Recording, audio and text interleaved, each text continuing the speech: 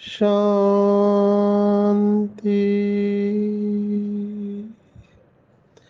आज 6 जून 2023 भारत में मंगलवार है।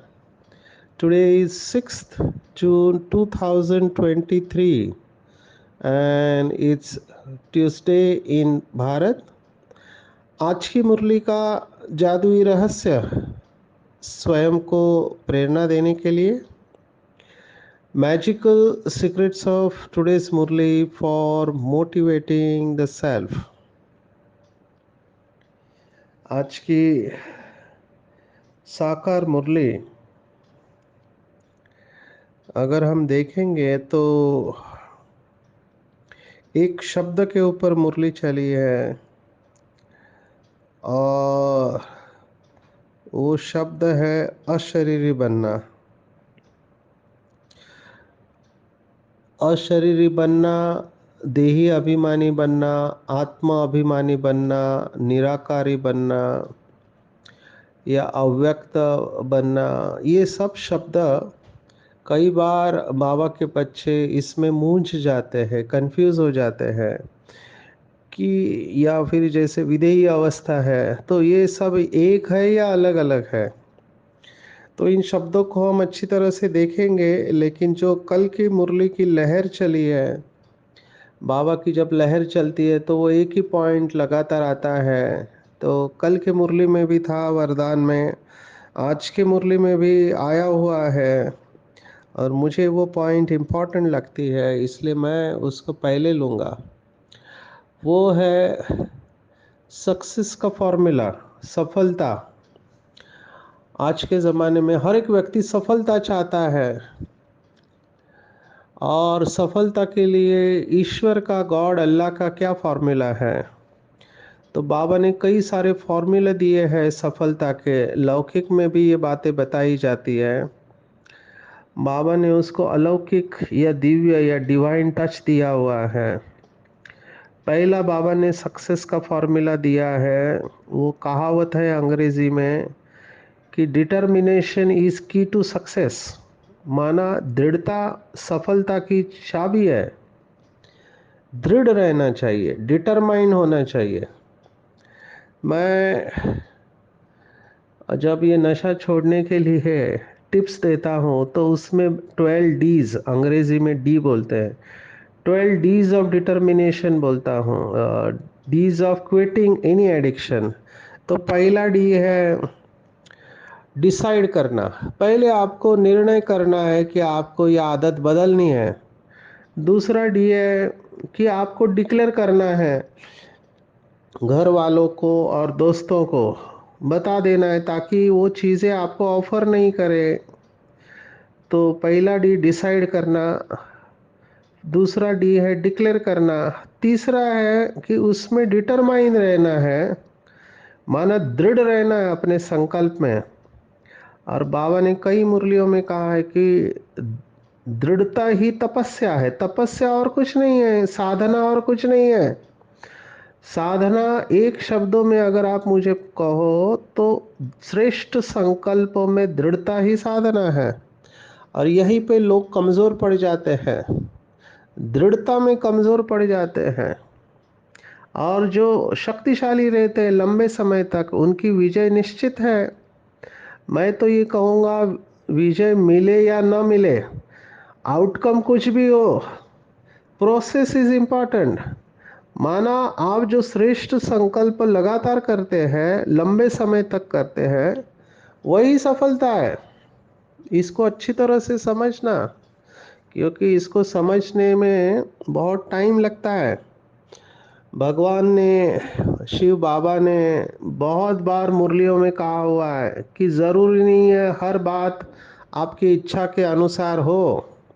और लौकिक में भगवत गीता भी ये कहती है कि आपके हाथ में फल नहीं है, कर्म आपके हाथ में है। मेरा खुद का अनुभव मैंने आपके सामने रखा है कि मैंने बहुत पढ़ाई किया, मेहनत किया, क्योंकि गरीब लोगों को फेल्योर अफोर्डेबल नहीं होता है, क्योंकि फेल हो गए तो फी और भरनी पड़ेगी, समय भी जाएगा। तो मेहनत बहुत किया, पेपर भी अच्छे गए, तो कर्म अच्छा था, लेकिन रिजल्ट जैसे चाहा वैसे नहीं आया। मुझे फाइनल एमबीबीएस में फेल किया गया। अभी बहुत शॉकिंग था, क्योंकि पेपर अच्छे गए थे। जिस लड़के ने मेरे में से कॉपी किया था उसको बहुत अच्छे मार्क्स मिले, डिस्टिंक्शन मिला था। मुझे फेल कर दिया गया, मेरे जीवन के 6 मास वेस्ट गए। ये अलग बात है कि मैंने रीचेकिंग के लिए अप्लाई किया और 6 महीने बाद उसका रिजल्ट आया, 5 महीने बाद, और उसमें बताया गया कि तुम्हारा पेपर चेक नहीं हुआ था, तुम अच्छे मार्क्स से पास हो गए हो, और मुझे वापस पास कर दिया गया।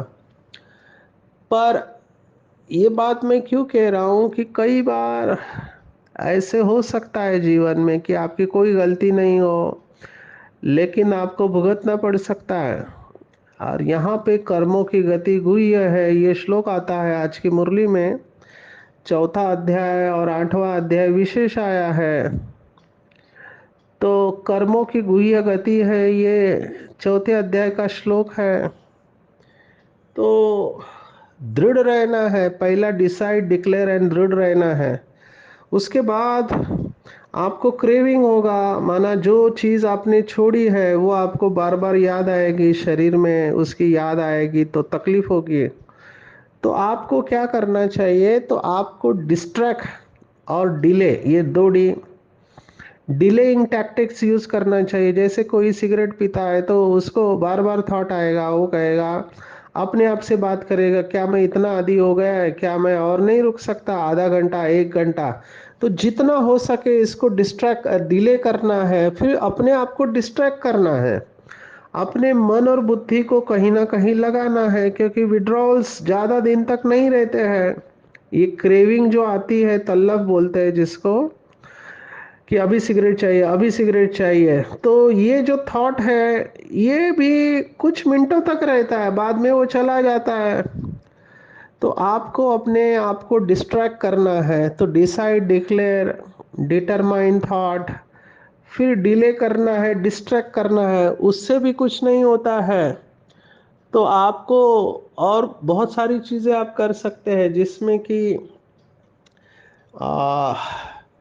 ड्रिंक प्लेंटी ऑफ वाटर, क्योंकि जैसे आप ये छोड़ते हैं तो भूख बहुत लगती है। सिगरेट छोड़ने वाले को भूख लगती है, उसका वजन बढ़ने के चांसेस होते हैं। तो drink plenty of water, diet healthy लेना है, 7वां डी, डाइट हेल्दी लिया, D for do exercise, do meditation, क्योंकि सभी एडिक्ट्स को जो ज़रूरत होता है वो होता है डोपामिन। डोपामिन हमको खुशी का अनुभव कराता है, रिलैक्सेशन का अनुभव कराता है। तो डोपामिन आपको इन सब चीज़ों से मिलेगा। एक्सरसाइज करोगे तो एंडोर्फिन मिलेगा। एंडोर्फिन ये क्या होता है, एक पेन किलर होता है, माना दर्द को सहन करने की शक्ति हमको देता है। ये नेचर ने हमारे अंदर ऐसा मैकेनिज्म बनाया हुआ है। एक्सरसाइज करने के बाद मसल्स थक जाते हैं तो ऑटोमेटिकली एंडोर्फिन रिलीज होता है, माना ये पेन किलर होता है हमारे बॉडी में। वैसे देखा जाए तो हमारे बॉडी के अंदर सभी प्रकार के ड्रग्स अवेलेबल है। जो लोग बाहर से लेते हैं उनको बाहर से लेने की ज़रूरत ही नहीं, क्योंकि हमारे शरीर ही फैक्ट्री है, सभी दवाइयों की फैक्ट्री हमारे शरीर के अंदर है। ये आज का साइंस कह रहा है। सभी एंटीबायोटिक्स, सभी पेन किलर, सभी दुख दूर करने की दवाइयाँ हमारे शरीर के अंदर है। आप सोचो, हिमालय में जो योगी तपस्या कर रहे हैं, चारों तरफ बर्फ है, वहाँ आपको क्या मिलेगा, कुछ नहीं है। लेकिन मेडिटेशन करने की वजह से ये अपने आप को फिट रखते थे हिमालय के योगी। तो हमारे शरीर के अंदर ये सब है, इनको एक्टिवेट किया जा सकता है। उसके बाद भी आपको अगर रह नहीं सकते तो हम कहते हैं कि ड्रग्स को यूज़ करो। ड्रग्स माना मेडिसिन जो इसके लिए दी जाती है, उसके बाद डी फॉर डिस्कस करो, आपके हेल्थ केयर प्रैक्टिशनर के साथ डिस्कस करो। और ये सभी यात्रा जो है नशा छोड़ने की, उसमें एक दोस्त, डी फॉर दोस्त, आपको सपोर्ट करने वाला चाहिए।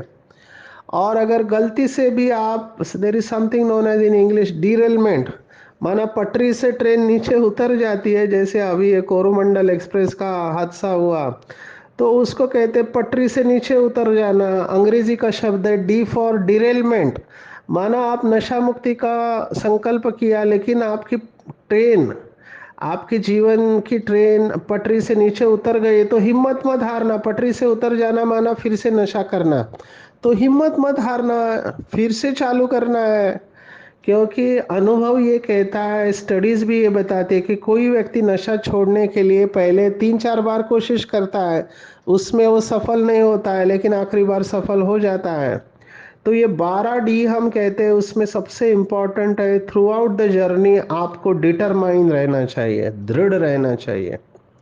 और मैंने देखा है कि ये दृढ़ता सफलता की चाबी है, ये बहुत परफेक्ट है। कुछ दिन पहले बाबा ने कहा था त्रिकालदर्शी बनकर कर्म करो। लौकिक में कहावत है कि सोचो समझो और फिर कर्म करो। सोचो पहले, फिर समझो और फिर कर्म करो, तो आपको सफलता मिलेगी। बाबा ने कहा आदि मध्य अंत सोचने के बाद कर्म करो।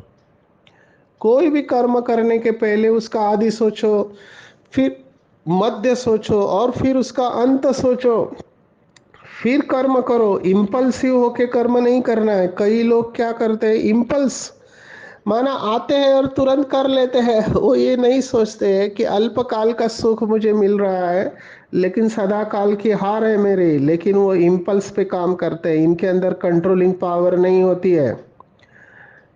तो इम्पल्स के ऊपर नहीं चलना चाहिए, सोच समझ के कर्म करना चाहिए। तो ये लौकिक की कहावत है, सोचो समझो और कर्म करो, तो ऐसे लोगों को सफलता मिलती है। आज बाबा ने मुरली में तीसरा फॉर्मूला बताया है सफलता का, कि हिम्मत और उत्साह द्वारा, हिम्मत और उत्साह चाहिए हर कार्य में सफलता प्राप्त करने वाले, और ऐसे महान शक्तिशाली आत्मा रहते हैं। अभी भक्ति मार्ग की कहावत बाबा ने बताई हुई है। भक्ति मार्ग की बहुत सारी कहावत है। पहला तो हिम्मत के ऊपर कहावत है कि हिम्मत मर्दा तो मदद खुदा। हम सब जानते हैं, बाबा ने कहा हिम्मत बच्चे तो मदद बाप। बाबा ने कहा पूरा ड्रामा इस एक क्वालिटी के ऊपर बना हुआ है, हिम्मत, हिम्मत और हिम्मत। और जब भी कठिन परिस्थिति आती है, सबसे पहले जो इंसान गवाता है वो हिम्मत गवा देता है। जैसे किसी का पति मर गया या बच्चा मर गया, तो मैं देखता हूँ, मुझे ऐसे लोग मिलते हैं, कम उम्र में बच्चा चला गया और ये रो रहे हैं, सालों से रो रहे हैं, उसमें से रिकवर नहीं हो रहे। एक माता मिली जिसका पति शरीर छोड़ दिया, रो रही है, 2 साल हो गए, अभी भी आंखों से आंसू आ रहे हैं। तो जब भी कोई डेथ होता है, जब भी कोई कठिन परिस्थिति आती है, सबसे पहली बात हमको जो जरूरी है वो हिम्मत। और बाबा ने कहा जहाँ हिम्मत है, इसको अंडरलाइन करेंगे, जहाँ हिम्मत का एक कदम उठाएंगे वहाँ परमात्मा के 1000 कदम साथ में है। ये शिव भगवान वाच है, सत्य है। बहुत सारी माताओं ने, भाइयों ने, बहनों ने इस एक कहावत के ऊपर अपना जीवन श्रेष्ठ बनाया है। देखो, प्रारब्ध तो हर कर्म के अनुसार आनी है, जिसको नसीब बोलते हैं। हमने जो पहले कर्म किए हैं उसके फल के अनुसार हमारे जीवन में आर्थिक परिस्थिति आएगी, शारीरिक बीमारी आएगी, संबंधों का तनाव, सब कुछ आएगा। ये सब पेपर आने हैं क्योंकि कर्म किया हुआ है। लेकिन अभी अभी अगर हम हिम्मत रखते हैं, तो हिम्मत रखने से परमात्मा की मदद मिलती है। हजारों भुजा वाला बाप जिसके साथ में है, उसकी विजय निश्चित हो जाती है, उसको कोई हरा नहीं सकता है। बाहर से भले दिखाई देता है थोड़े समय के लिए कि आप हार गए करके, लेकिन वो कहावत है कि सत्य परेशान जरूर होता है लेकिन पराजित नहीं हो सकता। सच की नाव हिलती है, डुलती है, लेकिन डूबते कभी नहीं है। सिर्फ हमको हिम्मत नहीं हारना चाहिए। और मैं क्या देख रहा हूँ कि लोग हिम्मत ही हार जाते हैं। कोई विद्यार्थी अभी रिजल्ट लगे 10वीं के 12वीं के, उसको कम मार्क्स मिले तो हिम्मत हार जाते हैं। सोचते हैं मेरा जीवन तो समाप्त हो गया, अभी कुछ बचा ही नहीं, इससे अच्छा है कि सुसाइड कर लो। रिलेशनशिप्स में, संबंधों में कोई धोखा दे देता है, छोड़ के चले जाता है, तो सोचते हैं अभी जीने से क्या फायदा, इससे तो मर जाना अच्छा है। हिम्मत हार जाते हैं तो आत्महत्या कर लेते हैं, जो कि बहुत बड़ा पाप है। सोचते हैं आत्महत्या करने से बच जाएंगे, लेकिन बचते नहीं है, ये कॉम्प्लिकेट हो जाता है। उससे तो अच्छा है सहन करो, क्योंकि आत्महत्या करते समय जो संस्कार होंगे वो संस्कार लेकर जाएगी आत्मा साथ में, और अगले जन्म में फिर उसी संस्कार के साथ जन्म लेना पड़ेगा। मैंने देखा है बहुत सारे बड़े बड़े लोग मुझे मिलते हैं, कुछ लोगों को पानी से डर लगता है, पानी में जाना ही नहीं चाहते। कोई तो कनेक्शन है, पानी में जाना क्यों नहीं चाहते, पैनिक हो जाते हैं, क्योंकि कोई तो पिछली मेमोरी है इस जन्म की या पिछले जन्म की। पानी के साथ में कोई रेलवे ट्रैवल नहीं करना चाहता, कोई कार से जाना नहीं चाहता, ये सब मेमोरीज के साथ जुड़ा हुआ है। तो हो सकता है इनके पिछले जीवन में कुछ ऐसी घटना घटी हो जिसके वजह से ये फियर बैठ जाता है। तो मेमोरी या स्मृति हमको इंटरफेयर करती है सफलता को प्राप्त करने को। कहने का मेरा भाव है कि हिम्मत नहीं हारना चाहिए। मैं विशेष कहूँगा माताओं बहनों को, जब उनके सामने कड़े कड़े पेपर आते हैं, मैं देख रहा हूँ ये पेपर बढ़ते जा रहे हैं, और माताएं बहनें थोड़े समय तक तो दृढ़ रहती है, लेकिन जब देखते हैं कि चारों तरफ से दरवाजे बंद हो गए हैं, तब वो हिम्मत हारने लगती है। क्योंकि एक अकेली स्त्री को इस समय रहना और जीवन यापन करना कठिन है, तो हिम्मत हार जाती है और फिर कहती है कि जो मेरे नसीब में हो वो मुझे स्वीकार है। शादी कराना चाहते घर वाले, आखिर में शादी कर लेते हैं। पति विकार चाहता है, पहले बहुत फाइट करती है लेकिन हिम्मत हारती है तो फिर गिव अप कर देती है। मैं बाबा के महावाक्य याद दिलाना चाहूँगा। बाबा ने कहा पवित्रता के लिए अगर मरना पड़े तो मर जाना चाहिए। शिव भगवान वाच है, जरूर ऊंच पद मिलेगा, ऐसे शिव बाबा कहता है, और डिसीजन हमारा ही होगा। अभी देखो, अल्लाह को प्यारी है कुर्बानी, ऐसे कहावत है ऊपर वाले को। बाबा ने बहुत बार मुरली में कहा है कि बलिहार जाना चाहिए, बलि जाना चाहिए, लेकिन कौन सी कुर्बानी, वो उसका गलत अर्थ निकाल लेते हैं। कई सारे टेररिस्ट होते हैं, उनको मोटिवेट किया जाता है कि आप अगर धर्म के लिए मरोगे तो आपको जन्नत में ऊंचा पद मिलेगा। यहाँ पर भी हिंदू लोग कहते हैं कि आपको स्वर्ग में ऊंच पद मिलेगा। उधर क्रिश्चियनिटी में भी हेवन में जाएंगे। तो तीनों धर्मों में जन्नत, हेवन और स्वर्ग की बात आई है, लेकिन ये इंटरप्रिटेशन है। भगवान क्या कहता है और देहदारी क्या कहते हैं। देहदारी कहते हैं कि आप अपने धर्म के लिए मरो तो आप स्वर्ग में जाएंगे। भगवान कहता है वैसे नहीं मरना है, शरीर तो वैल्यूएबल है, और किसी को मार के मरने से क्या फायदा। भगवान तो कहता है किसी को भी दुख नहीं देना चाहिए मन वचन कर्म से, लेकिन अपने नियमों में दृढ़ रहना चाहिए, एकदम पक्के रहने चाहिए। जब शास्त्रों में गायन है कि जेल के दरवाजे का ताला भी खुल गया तो बंधन नहीं कट सकता, लेकिन हिम्मत नहीं हारना चाहिए। इसलिए मैं हिम्मत के ऊपर इतना टाइम ले रहा हूँ। कई लोगों को मैं देखता हूँ अमृत वेला उठने की हिम्मत नहीं है, वो अपने आप समझौता कर लेते, 4 बजे तो मैं नहीं उठ सकता, मैं 5 बजे उठूंगा, 5:30 बजे उठूंगा, क्योंकि मेरी नींद पूरी नहीं होती है। ये क्या हो गया, हिम्मत में कमी हो गई। कई लोग बाहर का खाना खा लेते हैं क्योंकि उनके अंदर हिम्मत नहीं है कि हम तैयारी में जाए, जहां पर भी जाना है साथ में ऐसी चीजें तैयार करके जाए कि बाहर का खाना ही नहीं पड़े हमको, लेकिन हिम्मत नहीं रखते हैं। कई लोग घर गृहस्थ में रहते हुए पवित्र रहने की हिम्मत नहीं रख पाते हैं, तो भगवान क्या करेगा।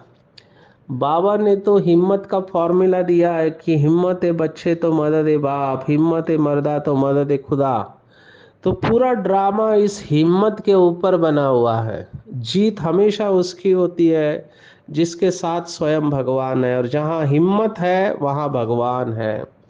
कोई भी मरता है तो मैंने देखा लोग सांत्वना करने को आते हैं, तो वो भी यही कहते हैं, समझो किसी का पति मर गया तो अभी उसके बच्चे हैं, छोटे छोटे बच्चे हैं, तो सभी माताएं भाई कहते हैं कि आप हिम्मत रखो, आप हिम्मत रखेंगे तो सब ठीक हो जाएगा। और जो माताएं हिम्मत रखती है, मैंने देखा कि वो अपने बच्चों को बड़ा करती है, अच्छी तरह से उनको पालना देती है, लेकिन हिम्मत का ही खेल है। और लोग हिम्मत ही नहीं रख पाते हैं, क्योंकि कई पेपर ऐसे कड़े होते हैं जिसमें हिम्मत रखना सचमुच में मुश्किल हो जाता है। मैं उन सब लोगों को कहना चाहूँगा, अंग्रेजी की कहावत है, the darkest hour of the day is just before the dawn. पूरे दिन का सबसे अंधेरे वाला समय होता है सूर्योदय के पहले। तो जब आपको लगे कि मेरे जीवन में बहुत घना अंधेरा छा गया है, अब कुछ नहीं हो सकता, तो समझ लेना चाहिए कि बहुत ही जल्द सूर्योदय होने वाला है। सूर्योदय की प्रतीक्षा करो, पेशेंस रखो, धैर्य रखो, अपनी धैर्यता को नहीं छोड़ना है। कितना भी कड़ा पेपर हो, मुझे पास होना ही है, मैं कल्प कल्प की विजयी रतन हूँ, स्वयं भगवान सर्वशक्तिवान मेरे साथ है, तो मेरी विजय निश्चित है, मेरा कभी भी अकल्याण नहीं हो सकता, है ना। जिसका साथी है भगवान उसको क्या रोकेगा आंधी और तूफान। ऐसे महावाक्य तुरंत अपने मन के अंदर लाना चाहिए, ये हमारे पासवर्ड है। ये महावाक्य बार बार अपने मन के अंदर दोहरानी चाहिए ताकि हमारी हिम्मत बनी रहे और हमारी विजय निश्चित है। बाबा ने आज कहा, हिम्मत और उत्साह धूल को भी धन बना देता है। सोचो, कहाँ धूल और कहाँ धन। हिम्मत से धूल भी धन बन जाता है, माने जिसके पास कुछ नहीं है वो भी करोड़पति बन सकता है अगर हिम्मत रखते हैं तो। बहुत सारे इसके ऊपर एग्जाम्पल दिए जा सकते हैं। आप में यदि हिम्मत है और उत्साह है तो दूसरे भी आपके सहयोगी बन जाएंगे। ये बहुत अच्छा बताया। जब हम हिम्मत का एक कदम उठा के आगे बढ़ते हैं तो कोई ना कोई आके हमको मदद कर जाता है। ये बहुत सारे बाबा के बच्चों का अनुभव है। सिर्फ आपको संकल्प श्रेष्ठ करना चाहिए। मैं तो अभी इसका अनुभव कर रहा हूँ, पूरा खेल संकल्पों का है। मैं मुरली में पढ़ा था बहुत पहले, और बाबा ने भी कई बार कहा था कि देखो, ब्रह्मा बाप ने साधना की, अमृत वेले ब्रह्मा बाबा विदेशी भाई बहनों का आह्वान करता था। आप सोचो, बाबा उस समय डबल फॉरेनर्स ज्ञान में नहीं आए थे, लेकिन बाबा रोज बच्चों का आह्वान करता था कि मेरे विदेश में रहने वाले बच्चे आ जाओ, बाबा तुम्हें बाहें खोल कर, बाहें पसार कर बुला रहा है, आ जाओ बच्चों। तो बाबा ने कितना समय तक अमृत वेले विदेशी भाई बहनों का आह्वान किया।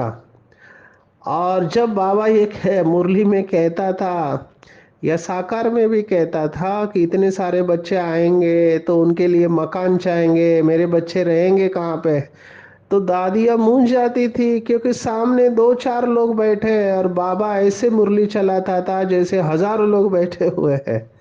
आज वो बात प्रैक्टिकल हो गई, तो ब्रह्मा बाबा ने संकल्प किया।